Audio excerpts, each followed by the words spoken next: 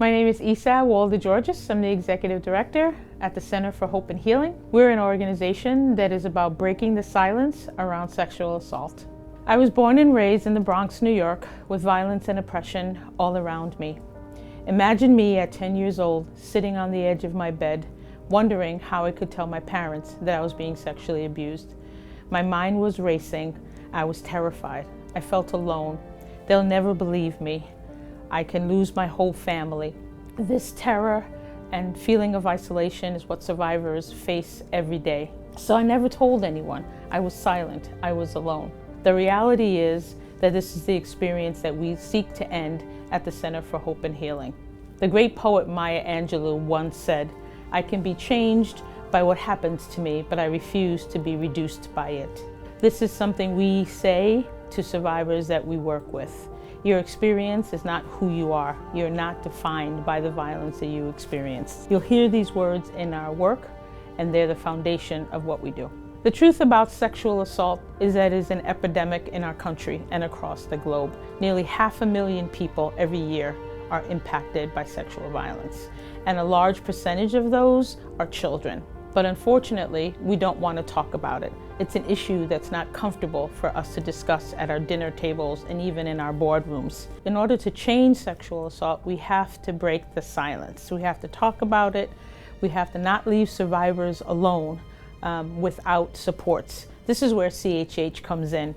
We're about telling the truth and breaking the silence. Our roots in this work are in a movement that was about protecting survivors, but unfortunately, that was done through silence and through invisibility. Our organizations were behind closed doors in unnamed buildings, secretly.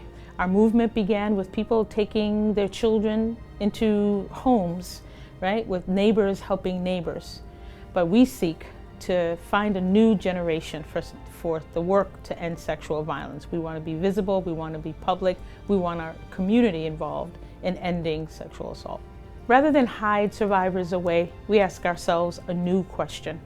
How can we create a world free from sexual violence? One where survivors do not have to hide children and where children and families are safe. The lotus is our logo.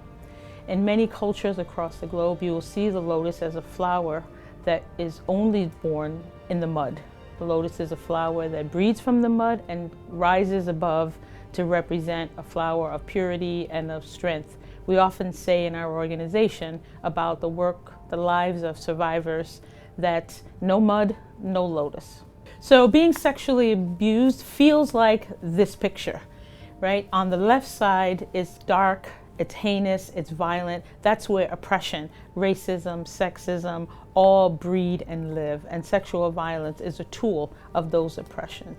And our work is about building a bridge to another possibility for survivors. One where there is community, one where, like the lotus, survivors can move from darkness to light, from danger to thriving, and into healing.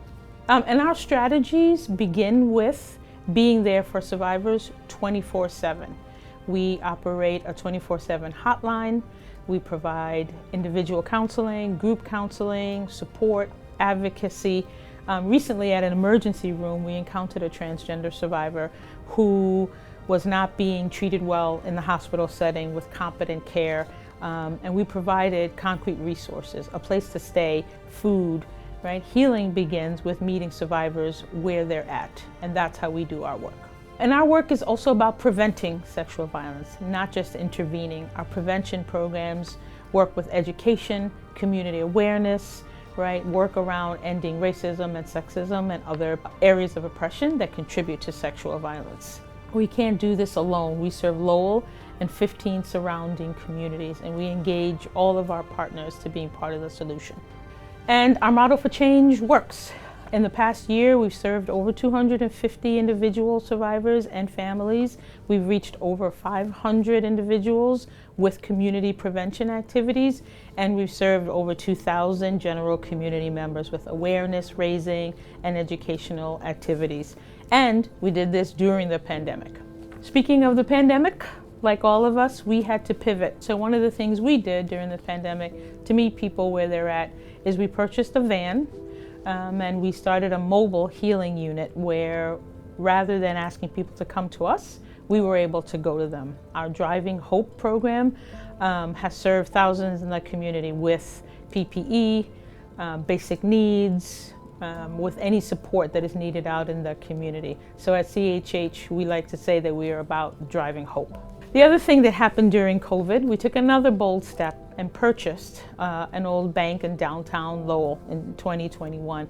We're excited to say that this will be our new home coming this fall, and it will be an accessible, state-of-the-art facility where survivors, community members, children, and family will feel catered to, will feel welcome, and will feel like they can start their journey to healing in our new space. Our first goal over the next 2 years is to build out our newly purchased building. We want to create 5 program centers in the building to serve the various communities that we focus on.